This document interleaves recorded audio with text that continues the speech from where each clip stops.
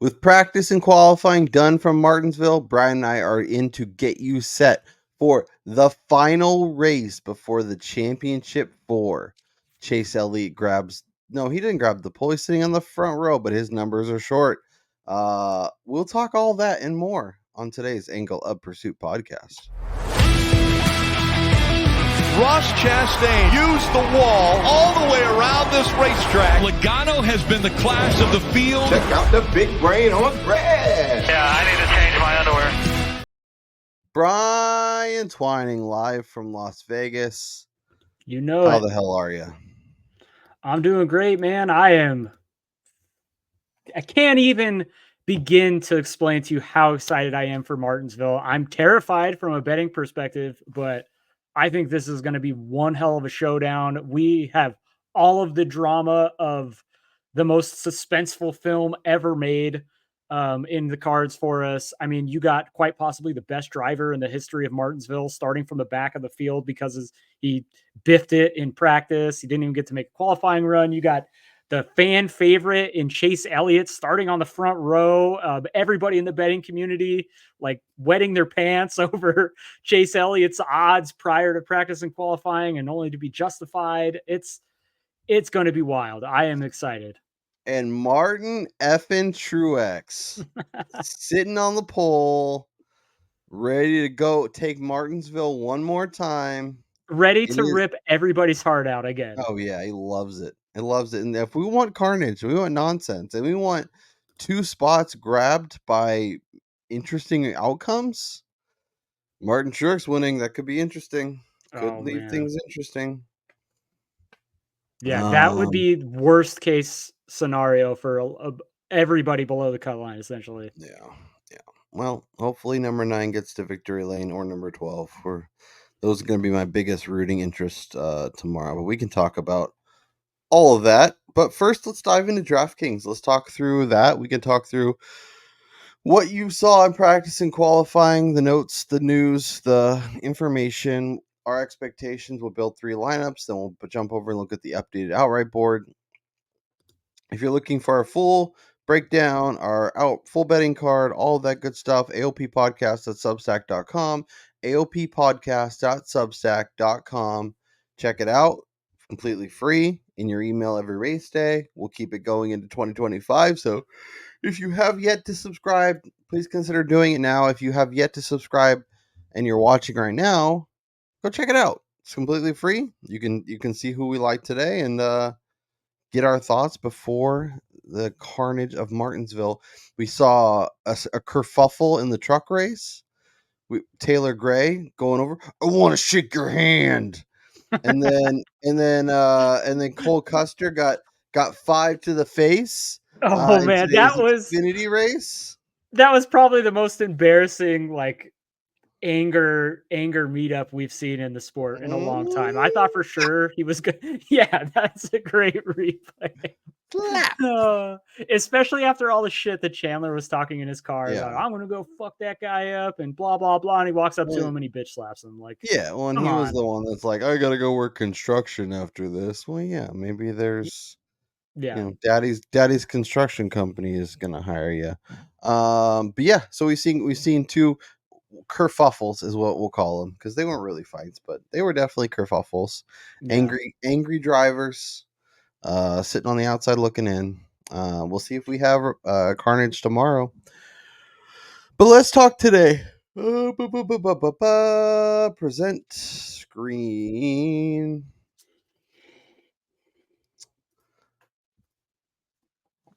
Kyle Larson starting 9th, 11.5. Dennis Hamlin, the click of the century of the week, 37th, 11.3.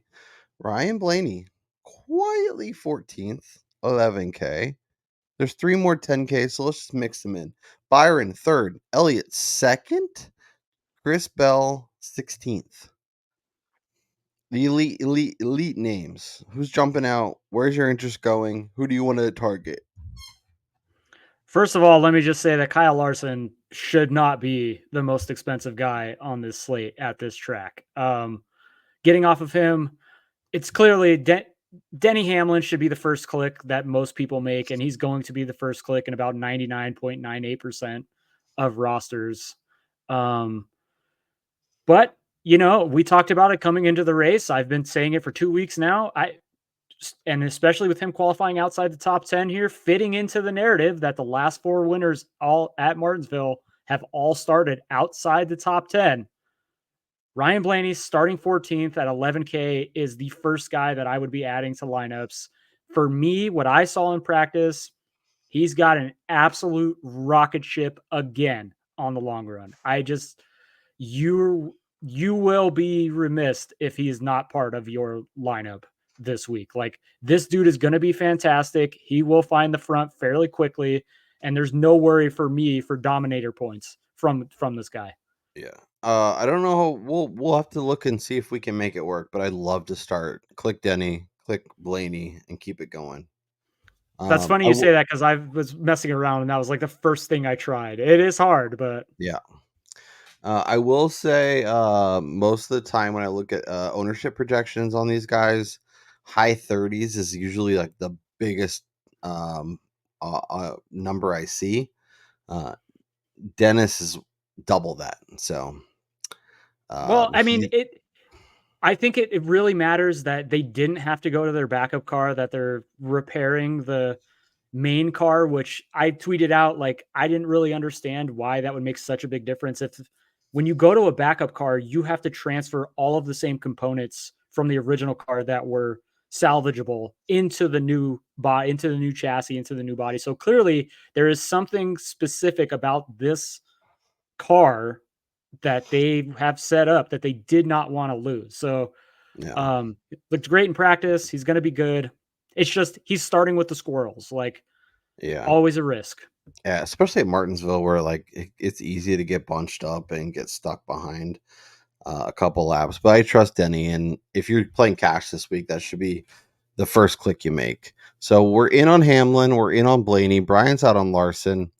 I'm relatively out just because I like a lot of the other names better. Do you have a preference in terms of the Byron, Elliott, Bell group?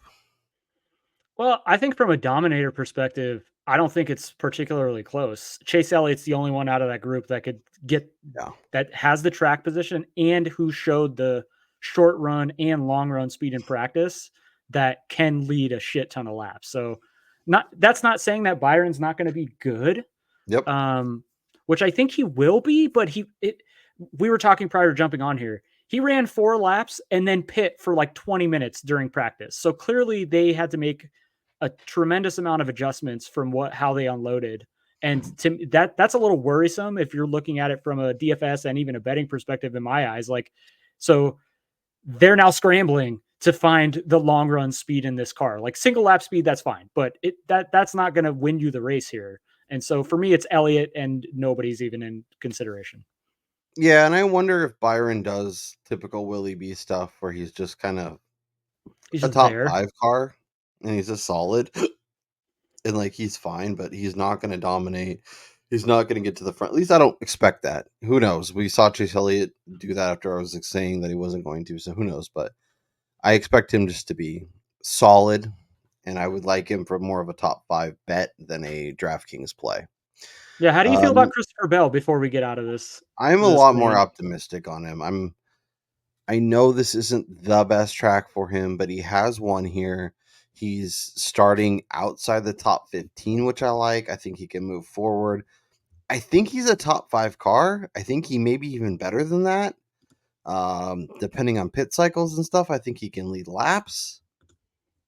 But he's also in a precarious position where if he does well through stage 1 and stage 2 and racks up the points, then he may not need to press it at the end and just get a solid finish.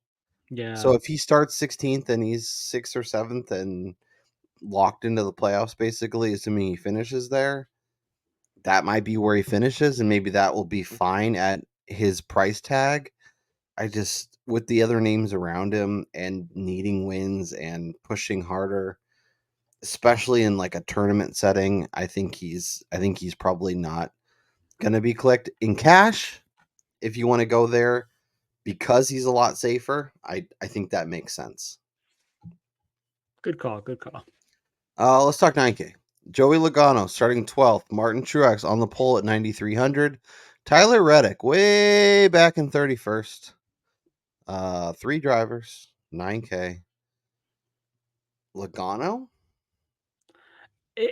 I don't know how much Logano is going to be able to move up. I liked him pre-week to potentially challenge for a top 10. I do think he's still going to run strong here. He was throwing down some decent laps during practice based on what I saw. He wasn't as good as his teammate Ryan Blaney.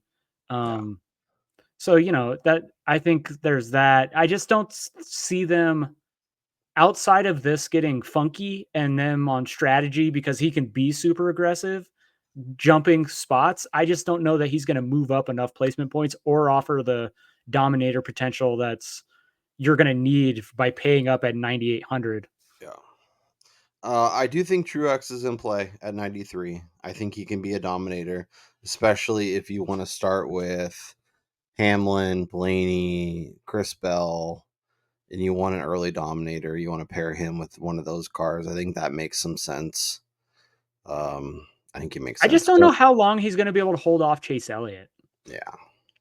And then I think it's important to remember too, something about Martin Truex Jr. is that he is such a well-respected driver because of how much respect he gives everybody else. Yeah, but it's Martinsville. He could easily double bird it out the window and just say, F y'all. I just don't see him being that guy to do that. He just doesn't seem that doesn't fit his personality profile. I mean, who knows? Like you said, you've got 2 more races of this guy's full-time Cup career. So he could, as you said, double bird everybody and just become a monster on the track. But I just don't see it. And no interest in Reddick. He's just bad here. Oh, yeah. Locked in. There's nothing for him to push for. Ty Gibbs starting 5th. Chase Briscoe starting 4th. Ross Chastain, Mr. Hail Melon himself, 22nd. Kyle Busch, 23rd. Brad Keselowski, 18th. Gibbs and Briscoe are going to be hard given the names that are around them, even at a reduced salary. Chastain, KFB, Brad K. Any interest in those guys moving forward and making noise from a DraftKings perspective? I really don't have any interest in Gibbs, although part of my notes, I don't have my book right here. I did write down during the practice session, Gibbs, sporty. So he's got a good car. But starting 5th, if tire wear comes into play here, we saw it out of the front window of Christopher Bell. He was getting squirrely late into the run, and we saw what happened to Gibbs at Bristol Spring when tires were wearing like crazy, and he had burnt the shit out of those things too quickly. I trust Chase Briscoe much more than Gibbs on this track type. What a sentence. It's not wrong. It's just crazy. Yeah, and if either one of these guys is to have a day where they're able to maintain and still finish inside the top 10, I would say it's going to be Briscoe more often than Ty Gibbs. Now, that being said, starting 4th, when you have Blaney, Larson, Hamlin, Bell, all of those guys starting behind him, like I just don't see him moving forward. I see him moving backwards. What about the Chastain, Kyle Busch, Keselowski group? Because I think there's potential value there. I feel like, especially I think there's better plays lower down. Well, and I think that area is going to go overlooked if you want to get a little bit unique. Because I think if you're trying to squeeze in the especially a couple names from the top, you're going to have to jump over that group to get to the next group. That's true. So I think Kyle Busch is in play. I don't know what to do with Ross. Probably not. Yeah, like maybe.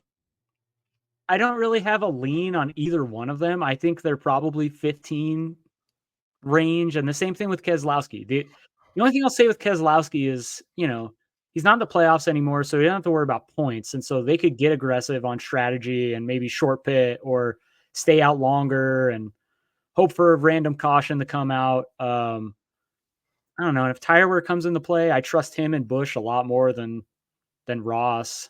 Yeah. I don't know, maybe top 10s from them. Yeah. Let's talk 7K. Bubba Wallace starting 19th. Alex Bowman starting 7th. Christopher Buescher 26th. Josh Berry 11th. Austin Cindric 24th. Daniel Suarez even 7K starting 20th. Another range to skip, or do you have interest here? So, like again, I mean, Buescher is not good here, so I'm really not interested in him. Especially he's a little bit more expensive. Bowman, I think, is somebody to consider based on he did win here in the past when he was called the hack by Denny. HMS clearly they're all going to be good this weekend. I do think that the range of outcomes for Bowman is pretty vast, though. I mean, if he finishes right here, top 5, like 5th, that's definitely plausible. But then also him falling back to 20th is as well. So it's a little bit too much risk for reward there. My 2 favorite guys are the cheapest ones here. Look, Austin Cindric, he was pretty good in practice from what I saw. His lap times and his fall off were similar to other guys in this range. And Penske clearly has something on the field when you come to Martinsville in the Gen 7 car. So he's somebody I'm considering. And then Suarez starting 20th at 7,000. We just talked about Keselowski, Busch, and Chastain. You're getting $1,000 discount on somebody who I think has a maybe slightly lower ceiling, but you're saving all that money that you could help you squeeze in the higher price guys. Yeah, I'm in on Suarez. Mi amigo is going to get me the greenbacks, yo. Ryan Preece, Noah Gragson, Carson Hocevar, Todd Gilliland, Austin Dillon, Michael McDowell, Shane Van Gisbergen, Eric Jones, Ricky Stenhouse. A who's who of 6Ks. This is the largest 6K range I think we've had all season, by the way. Yeah, and it's incredible. Anybody you're especially clamoring towards?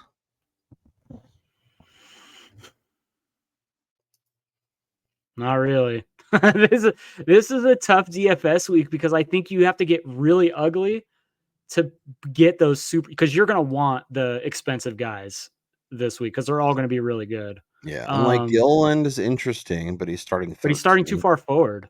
Yeah, McDriver similar. I mean, at least he's starting 17th. Yeah. No Austin Dillon, no Carson Hocevar. All right, let's. So if I will say, just something that's coming to me right now. SVG starting 29th. He's in shit equipment, but just because of his road course history, if tires come into play and then the braking that has to go into effect here, I mean, he was running top 10 today in Xfinity after having his car was beat to shit too until he had the pit late and then stuff happened. But I mean, I don't mind taking a flyer on him in a lineup or two, just based on the type of racing that we're going to get. Yeah, he's not going to be very popular, so I think that's a good shout on your part. So if we want to get real gross, let's dive into 5Ks because I think there's opportunity. Zane Smith, Justin Haley, John Hunter, Harrison Burton is starting 6th, sure. Corey LaJoy, Daniel Hemrick, Kaz Grala, Josh Blicky.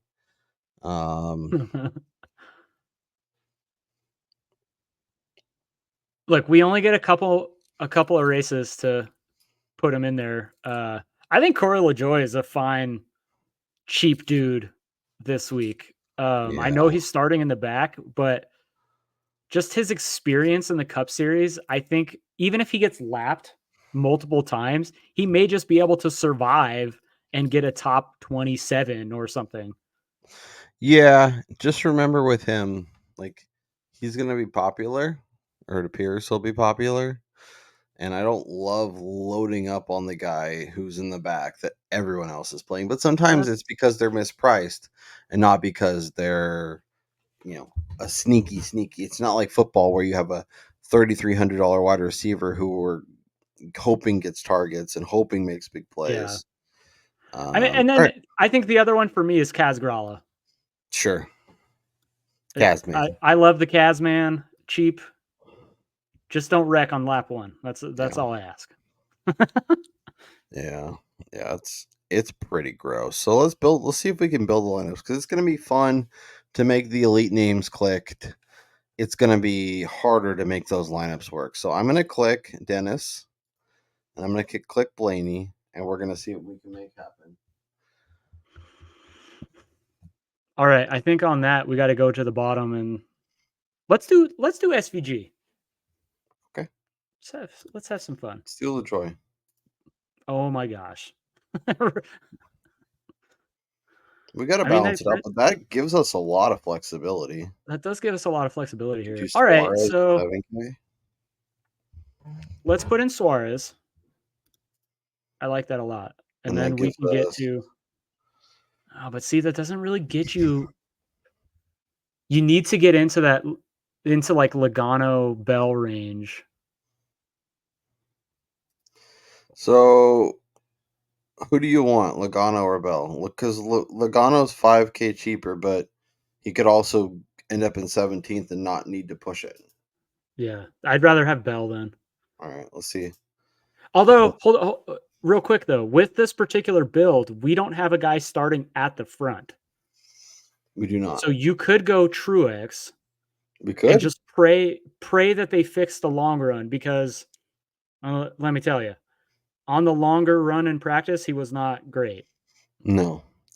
But maybe he's awesome in stage 1, dominates a bunch of laps, solid. But then you're going to stage lose all his 2. points in finishing position at the end. But if he finishes like 5th or 6th rather than like True. 13th, he could be fine. Yeah. And if he's awesome and has track position, even if the long run isn't great enough to win, if he's kind of behind the Elliott, Blaney, whatever, and then Denny's moving forward to kind of balance that out, I think it's in play. All right, that's a good point. Good point. All right, now we need 68K or below. Gilliland, Gragson. I like SHR at shorter, flatter. Yeah. I mean, what about Hocevar though? Just of the guys in this range.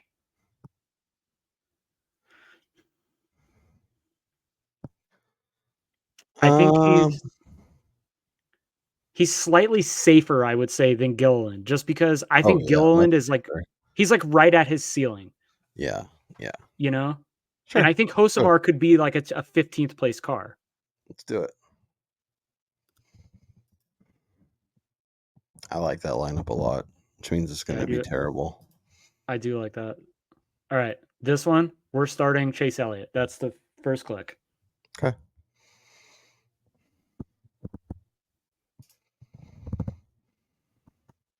Let's do Elliott Blaney. For what it's worth, those are the best 2 cars in my opinion tomorrow or today when you're watching this. Elliott, Blaney, Bowman. All right. Kazman. Yeah.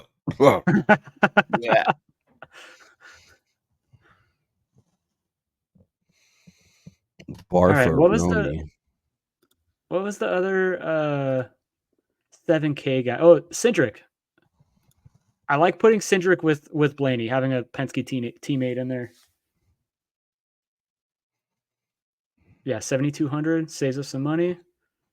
You like him more than Suarez? I don't like having 66% exposure to Suarez. Well, we have 0% right now. We had him in the last lineup, didn't we? I don't think so. We did. We'll have to look. I thought we took him out. I don't know. I'll look. All right, we got 8,500 here. Yeah, Cindric's definitely going to give us a discount on ownership for sure. Kyle Busch?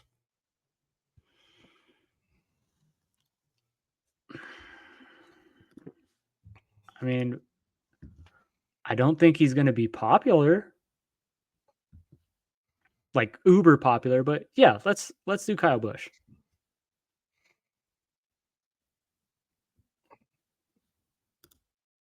Yeah, unless you want to do You know what? This seems like it seems more of like a Chevy because with Bowman. So let's take Cindric out and put Suarez because you're going to save a couple $100.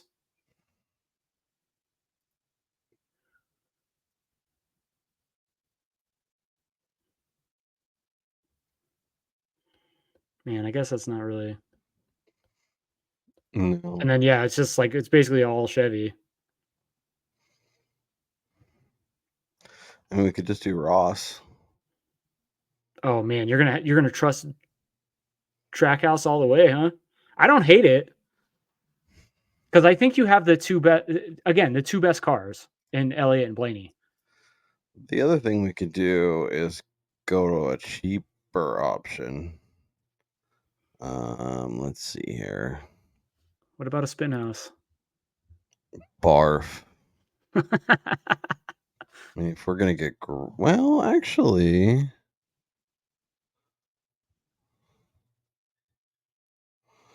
well, because I'm just trying to see, like, if we go way down, then we could go way up. I mean, we could do like Briscoe if you want to get like the mid guy.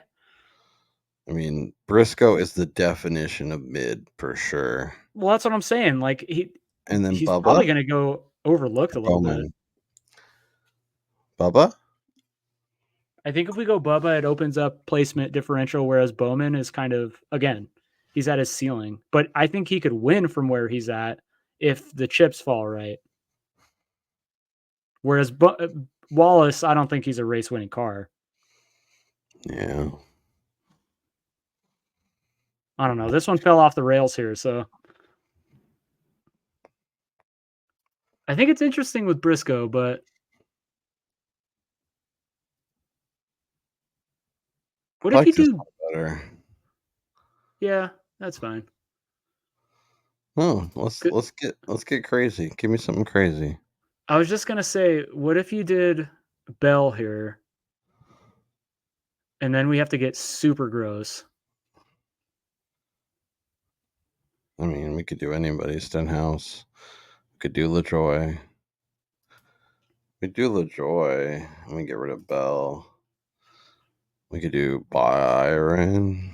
Yeah, but then you got three guys up front.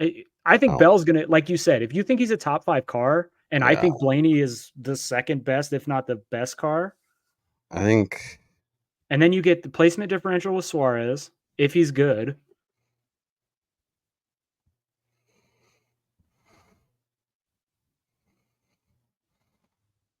We could always go back to old trustworthy Justin Haley. If you like, I mean, if we're doing the Chevy thing. Is he trustworthy? Maybe not after the last couple of weeks.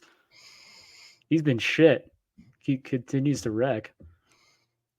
I think the fact that you're so grossed out by this one, I think we could punt on Kaz and go up to like to Haley. Is it Haley or Zane Smith? I feel. Yeah, I don't have any interest in Zane Smith. Yeah. Okay, let's do Haley. Let's do Haley and LaJoy. I feel better about that. All right. Yeah. See, I like that lineup. Fun. Sure. There's no way any of that goes wrong. All right. I'm gonna start with Denny. Right. And Elliott. Okay. And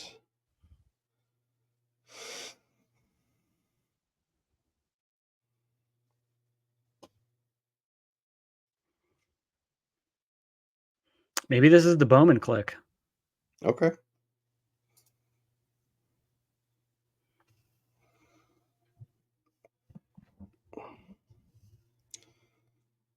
Probably Suarez.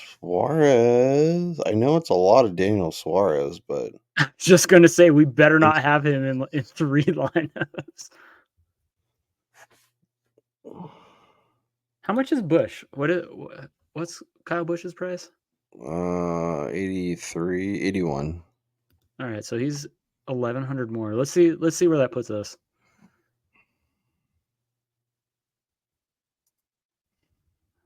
All right, and then this could be like you could put Kaz Grala.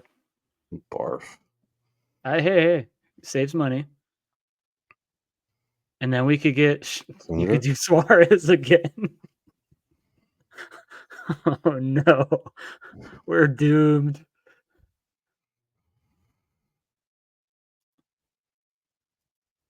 My biggest worry with Daniel Suarez on a short track like this is we already know how. Suarez.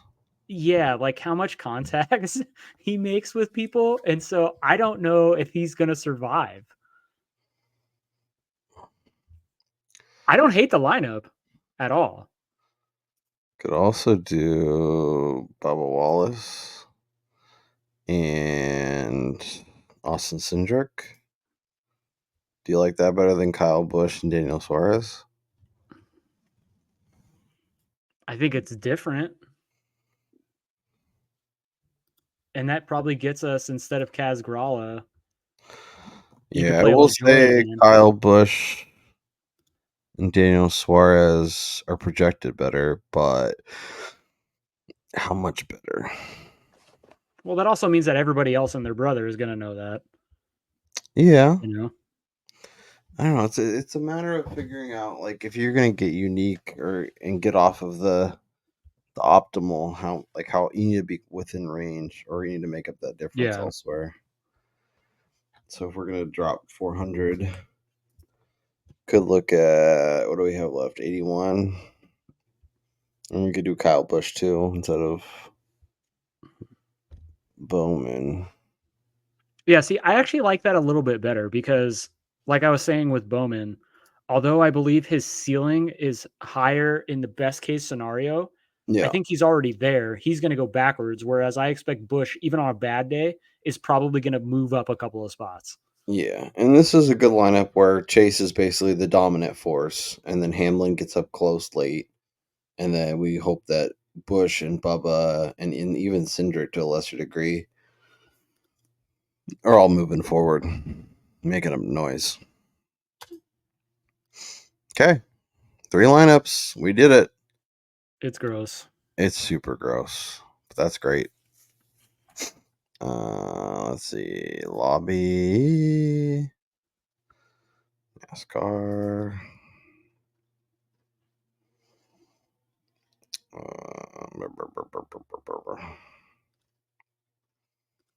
Where's the... There we go.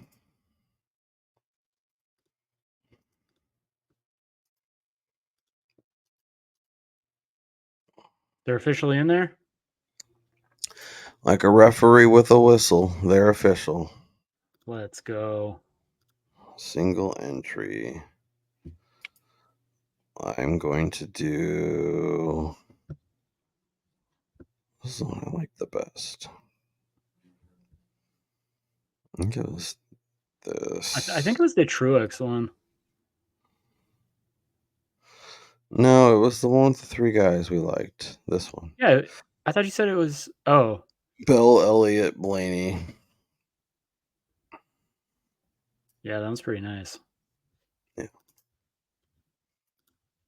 Is there another single entry I can get in or I fit in? That one right there, the NAS engine block. That was right above the three max. Here. 2 up, $12. I Oh, think you're I doing just another entered one. that one.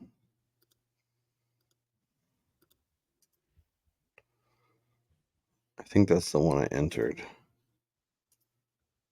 All right. We got some stuff in. Our betting cards are a ghost town. Tumbleweeds rolling through, but I did lock in Chase Elliott at 9-1. Very happy to have that. We'll look at his odds here in a second. As well as Chris Bell at 12. You can still get that. And I'm sort of optimistic given what he looked like on Saturday. That's actually not that bad of a price. The only Uh, thing about that is that how much is he pushing for a win with how yeah, safe he is?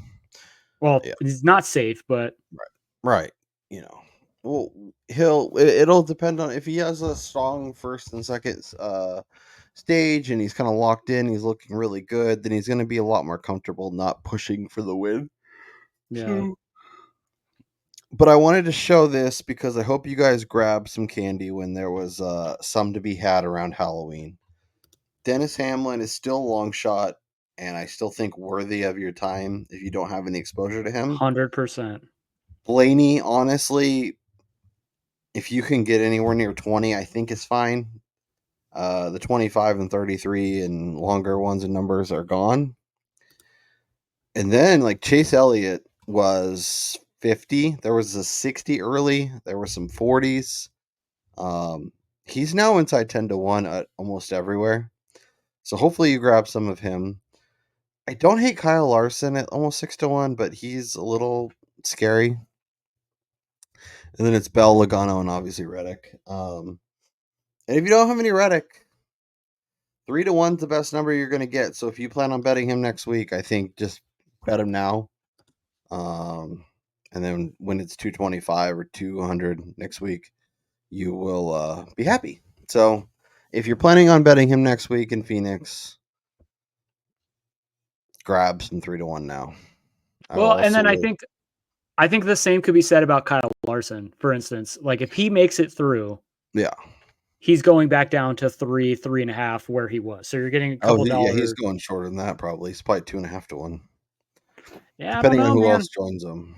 Yeah, if Bell and Larson both advance, then I'm pretty sure that Bell will open the favorite, Larson will be the second favorite, and then it'll be Reddick and Logano like just behind them. Yeah, you can still get a 20 on Blaney. I like that a lot. But yeah, Elliott's inside 10, Larson's inside 10. 6 to 1 is fine. So hopefully you grab some longer numbers like Brian and I suggested. Let's talk this week's race though, because I don't know, especially in terms of outrights, where I'm going to get invested, if anything, at this point. I think I'm pretty happy with the two I grabbed. I think I'm happy with the futures I hold for the Phoenix race.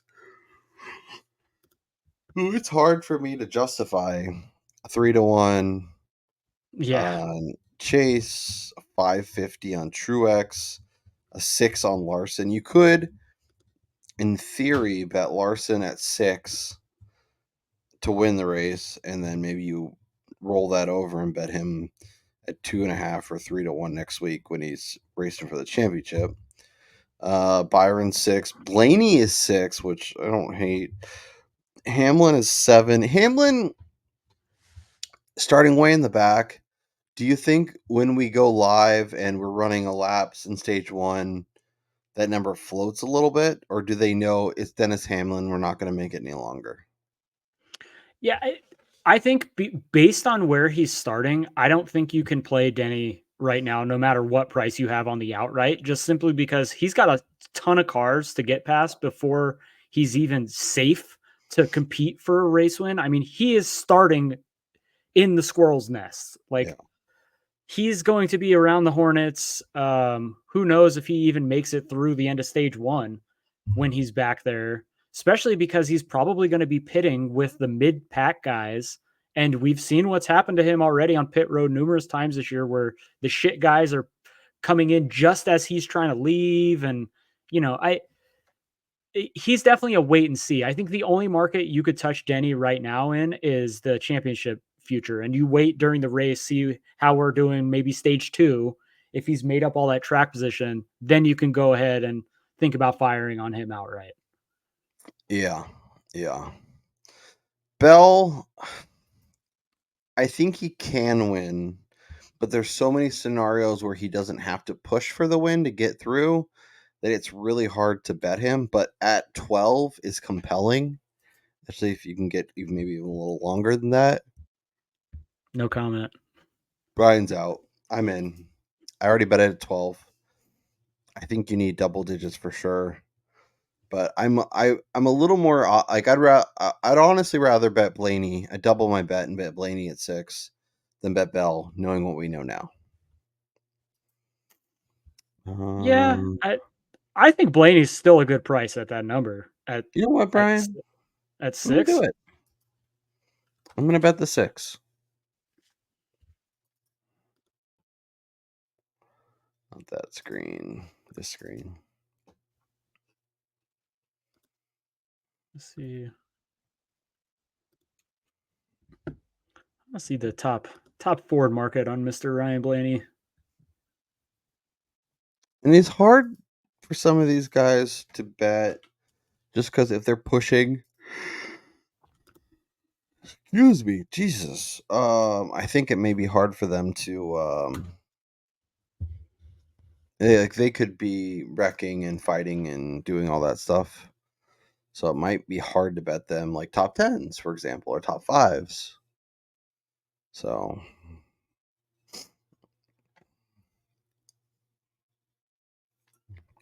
in terms of outrights, though, like Bell is like the last name we even consider, right? You're muted.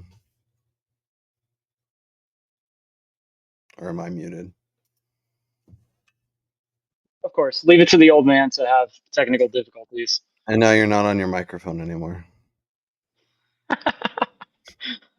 This is what happens when an You're old watching man. Brian struggle with technology in real time, ladies and gentlemen. This is glorious. Here, did that work? Much better. Yeah, I must have unplugged my mic somehow. Blaney's the only guy that I really like at their current market price, just because I think outside of Elliott, I mentioned it before talking DFS. He's the second best, maybe 1B, Elliott 1A. So Yeah, and I'm not betting Elliott at 3. If you want to bet his championship future, you don't have it yet. I'm not going to tell you no. But if you don't have an Elliott championship future yet, shame on you for not playing the massive prices that we've been talking about the last couple of 40 weeks. to 1, 50 to 1, like even $10 wins you 400. Like that's especially knowing the track that we were going to. Yep. Okay. So we will be on the Substack. If you haven't checked that out, AOPpodcast.substack.com, AOPpodcast.substack.com. Our full betting card will be on there. Brian and I will each hopefully find some bets that we like. I know Brian is out in Vegas shopping groups and matchups and other ancillary markets. Hopefully find some value. It's tough. It's a little rough this week, especially because we like so many of the high price guys.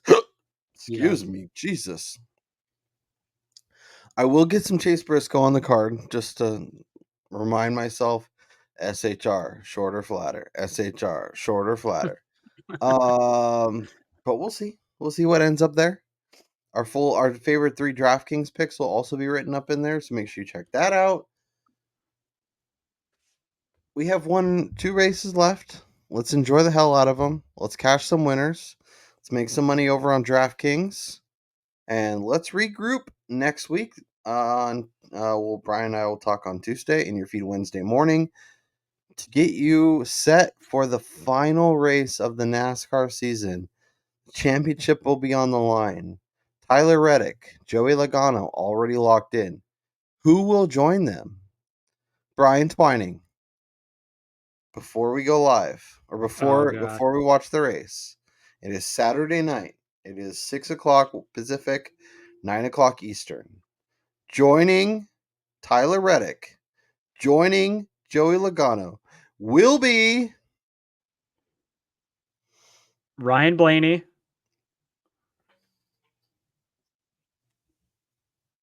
and Christopher Bell.